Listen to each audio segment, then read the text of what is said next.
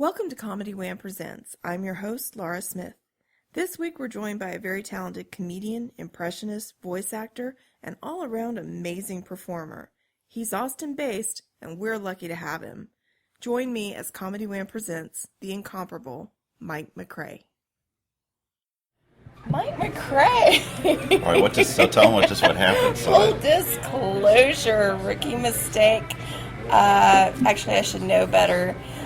Thanks for sitting down with us. We have already gone through this once, and the recorder was out of storage, so we had to start over because it cut out. No, as long as that beautiful little light is shining, then and it was shining initially, and then I looked over not maybe 5 minutes into your entire life, and it was gone. So you'll never know about my origins. Nope. His origin story will be a mystery. It'll be revealed. That we'll reveal in a different franchise. But we were talking about, where were we? Houston? Yeah, but I'll catch you up. Born in St. Louis. He didn't really say much about that, except that he raved about the place. Yeah, it was great. But I have nothing to back that up. It's the only place I was raised. I wasn't raised anywhere else, so I can't compare it. Did you travel a lot when you were young, when you lived there, or did you spend a lot of time, not really. Every year we'd drive to Michigan. That was our vacation. Okay. And then my grandparents lived 3 hours away in northern Missouri. No Chicago? I went there twice when I was a kid. Okay. With my dad, yeah. Okay. So, a little bit here and there, but we pretty much had it. There was the one vacation every year, and that was it. Yeah. And then there were other trips. So, you moved to Houston for college in the 90s, is that right? That's right. I'm old. I'm older than you, I promise. Well, to anyone else, yeah. I promise. So you went to Rice, which is impressive. And now I'm just going to read back everything he told me. You got your degree in civil engineering? That's right. Yep. Wow. And Rice is a competitive university, so I was impressed when I read that. I had brushed up a little bit before we sat down. Well, it is. I always point out it's easier. It's way more competitive to get in if you're from Texas. Yeah. So people really have. So they try to keep it 50%, or they did 50% in-state, 50% out. Okay. So yeah, it was hard to get into, but I think for people that grew up in Texas, it was way more. Gotcha. Daunting. Gotcha. Thing. I was always told, unless you're in a million extracurricular activities, don't even bother. They do like that. Yeah. So you got a degree in civil engineering. How did you get into comedy? I was a big fan of watching stand-up on TV when I was younger. I would if there was a comic on Carson or Letterman that night, I'd always try to stay up and watch, and I just would try to find it wherever I could, and then just like everything else. But then I also would, I did impressions when I was a teenager. I would do impressions of teachers and stuff that. And they would allow me occasionally to go up at assemblies and do a little act or whatever. Really? So starting when I was 14, and then I did similar things in college, but then there was this open mic at the Laugh Stop on Monday that was pretty well known. Yeah. And after I got out of school, I'm like, well, there's no more school functions for me to be the funny guy at. If I want to, might as well just try a real comedy club open mic, and that's what I did. What was the first open mic like? How did that go? Barely, the haze kind of. I don't even really know what I did exactly. It was just very, because I think the week before, the Monday before, I just went to watch. I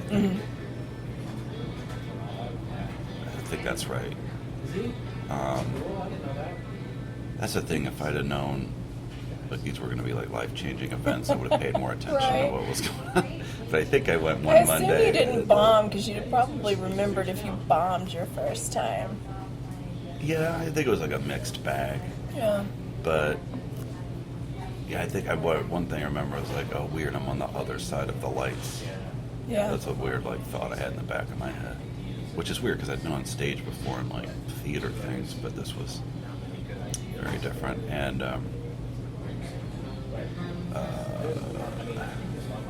yeah, I don't really remember. Probably just I was doing goofy impression things, and I really wish I had more of an idea of what it was that I did. Yeah. When I went up, probably something about hitting on girls at bars or something as different actors or whatever. It's just something terrible. I don't know what kept me going. But it was fun. Who was the first famous impression do you remember that you did? When I was a kid, like I would probably like Johnny Carson. Okay. Probably. I probably would just like watch SNL and like copy whatever was on there. Those were the good years. Yeah, no, I have memories. Peak years. I have memories all the way back to the late 70s, early 80s of falling asleep on the couch as a child, like tiny child, watching like Dan Aykroyd, Jane Curtin, like way back. Oh right, yeah. And that was my introduction into sketch and stuff, and I was just like, to me it's hard for anything ever to hold up. Like every time I watch SNL now, even the years where it's good, I'm like, oh, it's just not the same. Yeah, once you get like your thing, what your era was, that's just sort of what it is. Yeah.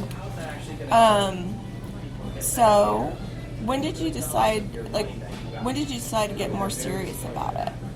Like at what point, was there ever a point, I'll ask it like this, was there ever a point at which you were like, I'm really good at this, I need to make this a thing? I don't know if I had thought that first part, but like when I started there, there was a guy running it named Mark Babbitt who was really looking to like find new local talent. Yeah.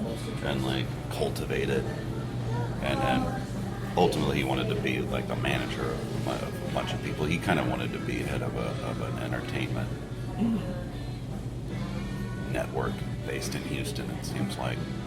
But that resulted in me getting stage time, like emceeing, and then co-feature. Like he did a thing where like sometimes he'd have the MC and then like one guy doing 10, 15 and another guy doing 20, 25 or something like that. Yeah. So it all added up. Almost equal time. Yeah, just to get more people on the stage, to get more people more experience. And I was one of the people that was one of his little favorites or whatever. Which was a I didn't really know how lucky I was having it at the moment. I thought, like, oh, I've earned all this. Not really. But I did end up getting a lot of stage time.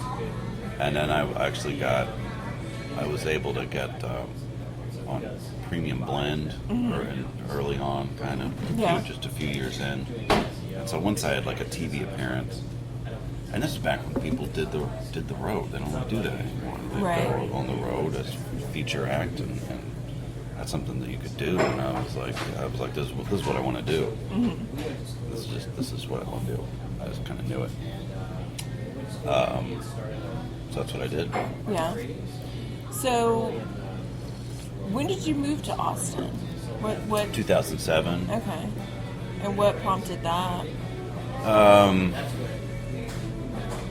It was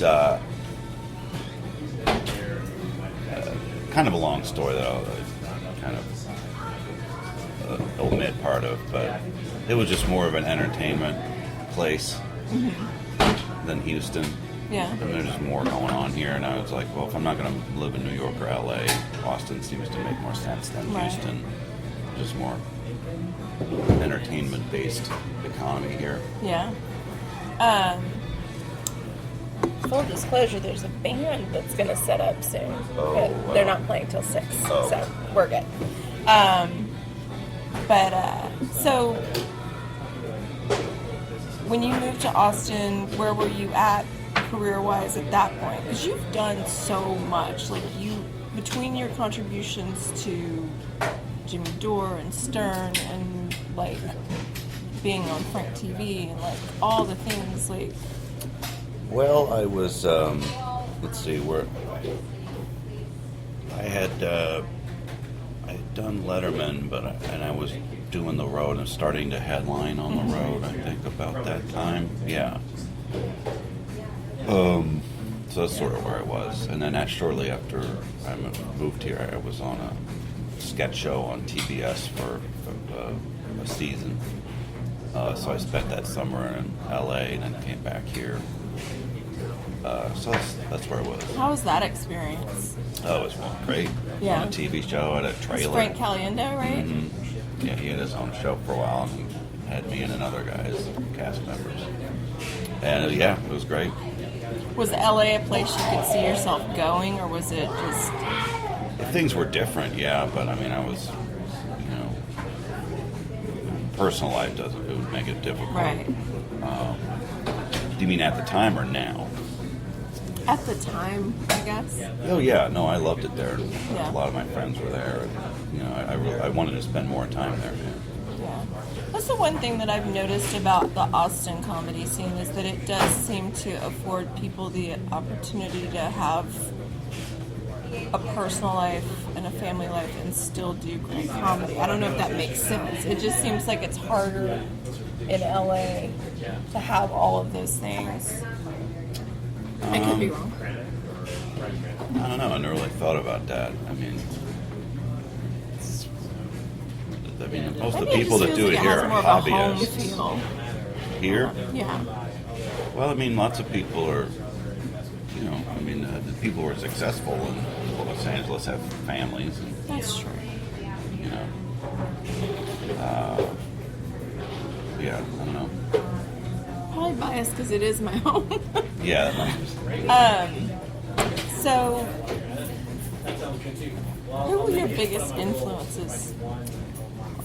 I would say, as far as comedy in general, I watched a lot of SNL. I love the Marx Brothers. I love Johnny Carson. David Letterman was David Letterman was a big deal for me. I still miss Letterman. Yeah.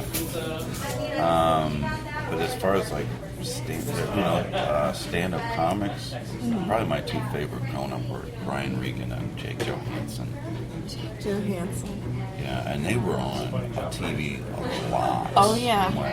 In the late 80s, my early 90s. My sister and I think we had one of Jake Johansen's bits memorized when we were kids. He did a bit about, what was it, the Church of the American Standard. I don't know if you remember it. It was a new religious movement. But he had so much great stuff. It was so great. And he had this whole bit about, it was all American Standard being the bathroom fixtures company, and their whole shtick was that they believed that Jesus had actually died, like he slipped in the tub the night before the crucifixion. It was the best, and I still just look back on it. I was like, I don't know why, but that is just like one of my favorite bits. So when you say that, yeah. Those guys were like masters, and so there were a lot of people that I enjoyed watching a lot. Like Kevin Pollak. His specials were, as far as like a guy did impressions, I was like, wow, there's a guy who really, this guy's like, does impressions, and that's his job. You're incredible at impressions, and full disclosure, I warned him ahead of time, I am not going to put him on the spot and try to make you dance, This isn't Dudley and Bob. This is not Dudley and Bob. But I think what amazes me about you is that I've watched you do sets where you did a lot of impressions. I've seen you do a set where I don't think you did one voice. Yeah. And the fact that you can transition back and forth, use that skill, not use that skill, to me is impressive. Oh, because thanks. I don't think you're an impressionist that does comedy or comedian. Like, you have it all. Yeah. When did you decide, do you just have moods where I just don't want to do it tonight, or how does that It all work? depends on what material. Some jokes I have where I use that, and some I don't. I mean, it all depends on what I'm doing, especially if it's a short set. No, if I'm doing like a really long set, there's no way there's going to be none in there. Yeah. But yeah, if it's just a short thing. So there's this thing, people listening, that they do once a year here in Austin called the Comedy Seance. Oh, right. And I remember several years ago, you did one, and we I hope should you don't probably mind. explain where it is. It's basically it's around Halloween, and it's the idea is that it's normally comics, sometimes not comics, that have passed on, coming back from the dead to perform, and it's comedians coming out to portray those. Hosted by our friend Norman, dressed up as the devil. As the devil, Satan himself. But one year, and this may have been the first year I got to go to the Comedy Seance, you came out and did this multi-layered. Which it was year like was it? Philip Seymour Philip Hoffman Seymour Hoffman doing like it was like Hitler and Philip Seymour Hoffman and then Shakespeare or something. Yeah, I think he was It was possessed. so layered, and you did part of it in German. Oh yeah. And even though I don't speak a lick of German, well, 4 words. We like to screw around at the seance. That was probably one of the most, like, doubled over, crying, laughing bits I had seen in years. Thank you. And I still just think about it every time. I think that's on, Dustin has that online somewhere. Oh my gosh. Okay, we're going to have to maybe link to it or something. Sure, yeah. People should see it. And That was 2014. Have you ever done that again, or it was just for that? Yeah, the stuff I do for the seance is just for the seance. It was incredible. It was incredible. It made an impression on me. I was just like, oh my Thank God, you. there's so many layers to that. Now I'm fangirling, damn it. So, who are some of your favorite comedians to watch now, like current? You know what? I haven't watched comedy lately. Yeah. So, I mean, I don't have a really good answer for that. That's okay.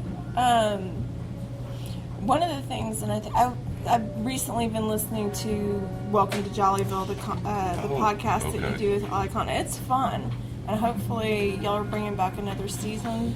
Yeah, we had to it was hard because Ollie, my partner, is traveling constantly for a few months. He has a show called Cheap Eats on the Cooking Network. Yeah.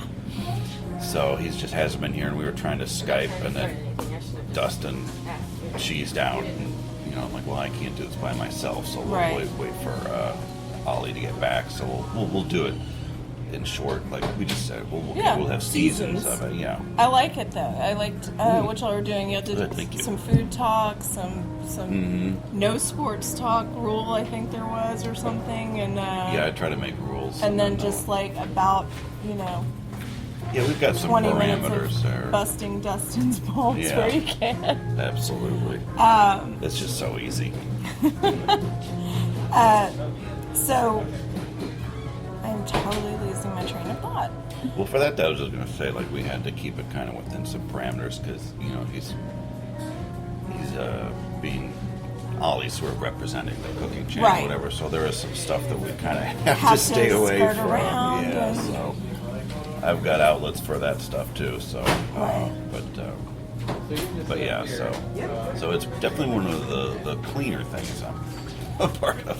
Well, one of the things that I was thinking about when I was listening to it, with during the election, especially, you were a regular contributor to the Stern Show, doing Mitt Romney, right? Right, yeah. And you still call in and do a lot of stuff with Jimmy Dore, and with all of that you do, you have to stay on top of politics constantly. You have to stay on top of pop culture. Like, do you just get? Well, how is that? I don't really pay attention to the news anymore. Again, that's not a thing I've checked out of. So yeah, I do. I don't write all those sketches for the Jimmy Dore show. I write some, but the ones I write now are more in the past like few months have been more just sort of pop culture oriented. I mean, because I used to watch some, but yeah, since Trump, I'm just like I can't even deal with. I don't think anybody can.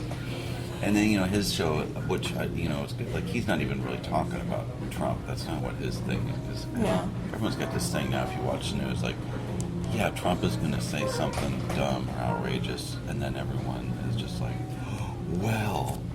And then they have this grandstanding thing about why, but it's just like it's low-hanging fruit. I mean, it's like, whether you're talking about the news or like the news-based comedy. That's okay. We get it. With parallel thinking, you run the risk of writing the same bits, essentially. Yeah, but that's not. I mean, my point is that's not what we're interested in doing. That's not what Jimmy. He's more interested in. Kind of, I guess I would say, like, picking out fake progressives, like keeping the Democratic Party, showing what's wrong with them. I mean, obviously, we all know that Trump is an idiot. There's no point in talking about it anymore, almost. Yeah. Whereas, like, if you watch the news, like, Don Lemon will start his thing about reacting to something dumb that Trump said. Like, yeah, okay. Like, at some point, we're just like, can we stop being shocked that Trump said something stupid? Or did something stupid? Like, let's focus. I mean, there's like, it's a really easy thing to focus on, and you're still avoiding giant problems. Yeah. If you're just listening to what this idiot is saying. So in your act, I know you used to talk a lot of politics in your act. Has since Trump's been elected, has that affected that a lot? Yeah, right. Like I mean, I guess I talk about it a little bit, but nothing. On the corner. I've got a little more material about it, but not a whole. If I do a long set, there's a lot in there, but it's Yeah. Yeah, I don't have any guideline as far as like how much I'm gonna talk about this topic or that topic necessarily. Yeah. Did being a dad, so you're a father, did being a dad change comedy for you at all? The way you mean my act? Yeah. Not really. I mean, I got a few little things about it, but no, I mean, I didn't. I guess some people were like, that's going to be like my identity now or whatever. It didn't really change a whole lot. So it changed my life, but it didn't change my act. That's different. Yeah, those are two different things. That's got to be hard keeping that separate sometimes, like finding the discipline to keep life and act separate and compartmentalize, I guess. Yeah, I mean, it's like, it's nice to know that, like, I can, if I want to, just talk about this thing in my act. I can talk about whatever I want to in my act. Or I can, but it's also comforting to know, like, I don't have to talk about this at all. Yeah. If I don't want to. It is a freedom that you have on stage where you can just, you can talk about whatever you want. That's what's great about it. That's what I like about it. Yeah. So do you feel, I know a lot of people with the whole, I don't even like using the word PC anymore, but the people tend to jump on everything. I think a lot of people use the term offendigentia sometimes now. I like that. How has that, they use that on Dudley and Bob, full disclosure. Oh, okay. I'm not sure if that's, you coined it, but that's where I stole it. So how has that affected your... I've been lucky. I haven't really had a whole lot of things in my act that I've had to change, but there have been some things that, like, I look back on, I'm like, I wouldn't get away with that now. Yeah. Stuff, but that stuff I wasn't. And there were a few things where I was just like, I kind of probably shouldn't do that anymore, but not a lot. Yeah. But my self-editing, as far as that goes, has luckily stayed ahead of any kind of anger or outrage or whatever that. So I've been able, I'm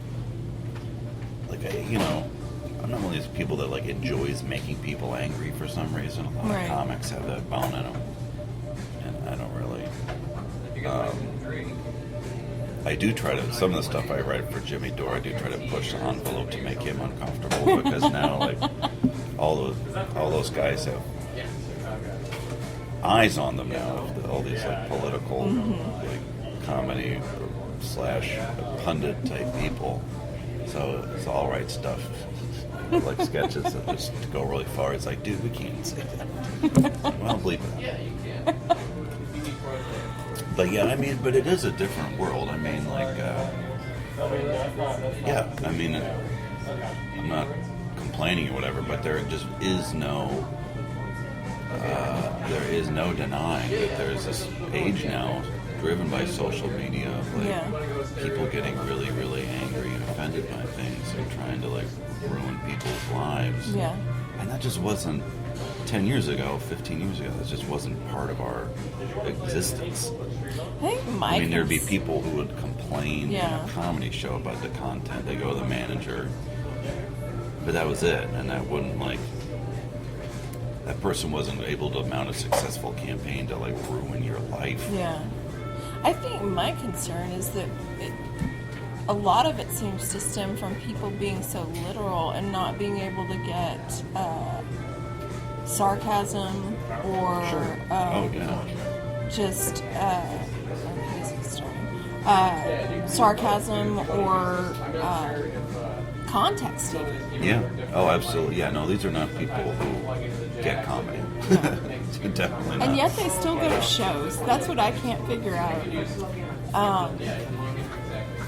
But well, there are people that in their mind do like comedy, are comedy fans, but then they want to police it. Mm-hmm. It's got to be on their terms. Yeah, which totally sucks the life out of it. Yeah, I mean, it's like these are just individuals we could all do without, quite frankly, in my opinion. You're right. It is in my thought process, definitely. Do you think it's a response to Trump in a way, almost like a pendulum swing? I think it started way before him. It was underway before he came around. I mean, it was social media that really allowed that sort of thing to have effects on people's lives. Yeah. I guess the internet in general, but especially social media. Definitely, it lends to a short attention span, which then, I guess, that's to me. I think that's how a lot of the context gets kicked out. Is if you're just flying by and looking at a blurb or a headline, it's a lot easier to be offended. Yeah, and if you just see things in comic says quote and then like something, and then with no context to whatever, like no one's gonna look that up, and we tend to for some reason there's something in our brain where we like want to get on that outrage like bandwagon. Even people on the left, this thing with, I don't know when this is coming out, but Attorney General Jeff Sessions is in trouble for saying that the office of sheriff is an Anglo-American institution, which it is. Like, and people were furious. They said he said something racist, and he didn't. He may have said other racist things. Yeah. He's an asshole. He wants to get rid of, like, he wants to make America. He's a terrible guy. He shouldn't be there. But that particular thing, there's nothing wrong with what he said. And people are just losing their mind. They think that it was a white supremacist statement. I'm like, no, the office of sheriff goes back to medieval England. Like, that's a fact. That there's nothing wrong about saying, like, it's an old office and it goes back to medieval England. But people just, he said something white supremacist. I mean, it's ridiculous. If you jump on everything that somebody says, you end up diluting your argument against them for the things that are valid. Right. It's like, well, let's focus on the fact that he wants to make marijuana illegal, or keep it illegal, or punish people for it, or whatever else he's doing. Like, that is not what you should be upset about. Right. He said much worse things. Yeah. So what's next for you? I don't know. There's not a lot going on. All right, that's been podcast. No. Well, we got the Moontower coming up, and then some fun shows in March and April and May that I booked. Moontower's a big thing I'm looking forward to. Yeah. Other things, the projects that are very slowly working and probably not worth mentioning until they come to fruition or anything. I didn't even But- touch on your voiceover career. I mean, you've done so much work with... Some of that stuff, yeah. That could probably be another 30 minutes. It's not interesting. No? No. How did you get into that? Well, the first thing I did really, as far as work that was regular, was when I lived in Houston. There was a company called ADVision that dubbed anime and produced anime CDs, and they were or DVDs, and they were one of the first companies in the country to do that. And then they had this like growing sort of factory of dubbing. And they utilized local actors and comics, and they found out, there's this new guy who does like voices and stuff, and so I started. So when I was on the road featuring, when I'd come home, I'd have long sessions Oh, wow. in there, and that helped out financially quite a bit. Because you don't make a whole lot of money featuring on the road, but so that was the first thing, and I've done some cool stuff. Did some boring stuff, but like it's still not. I still wish I did more. I mean, I'm not like one of the kings of it. Yeah. People think I am, but I just do some. But I do the Jimmy Dore show is something I'll be doing continuously as far as combining the two things, voiceover and upcoming things. It's just it's a great way to write sketches and get sketches out there. Yeah. So I'll continue to do that for the foreseeable future. Awesome. Well, and you have a website, MikeMacRae.com. Yeah, that's true. Yeah, MikeMacRae.com. But I'm on Facebook and Twitter all the time, and I say what I'm up to on there. Yeah. But yeah, for more basic boilerplate information, MikeMacRae.com, and then Moontower is the big fun thing we're looking forward to. I can't wait. Yeah, it's going to be cool. For those I of don't know you what who have shows never I'm been doing, here, but it's like Christmas here. It is, yeah. It is, and to me, probably one of the best festivals. I mean, I haven't gotten to travel and go to a lot of comedy festivals, but as far as festivals in general, to me, it's just... It started out so well done. It started out so well organized, because it's only in its, like, 7th, 8th? The first one was 2012. Okay. So, yeah. So 6 years. Okay. Yeah. And, and I've been to some crappy comedy festivals over the years. And, they came... But, the people that are behind it are behind, the Montreal and all that. So that they know what they're doing. And they knew initially how to make it work. Right. And make it fun for comics. And I assume and hope for other people also. It's so much fun. It is like... I don't know how to explain it. It's like... being on a playground. Yeah. It's like the city... And it's all very... It's like I turn into a tourist. Mm-hmm. In your own city. In my own city. Only I know how to get around. And they've done a great job of having a very tight radius of venues and everything. Yeah. So I'm looking forward to it. Awesome. Well, I appreciate you sitting down with us. No problem. Thank you so We much. have to stop before the band gets going here. Yeah. All right. Well, thanks for having me. Thanks let me know when this comes out. Yeah. Plug it. And again, I want to thank Mike MacRae for taking time out of his Valentine's Day to sit down and record that interview with us. And for more interviews like that, go to comedywham.com, or you can find us as Comedy Wham Presents on iTunes.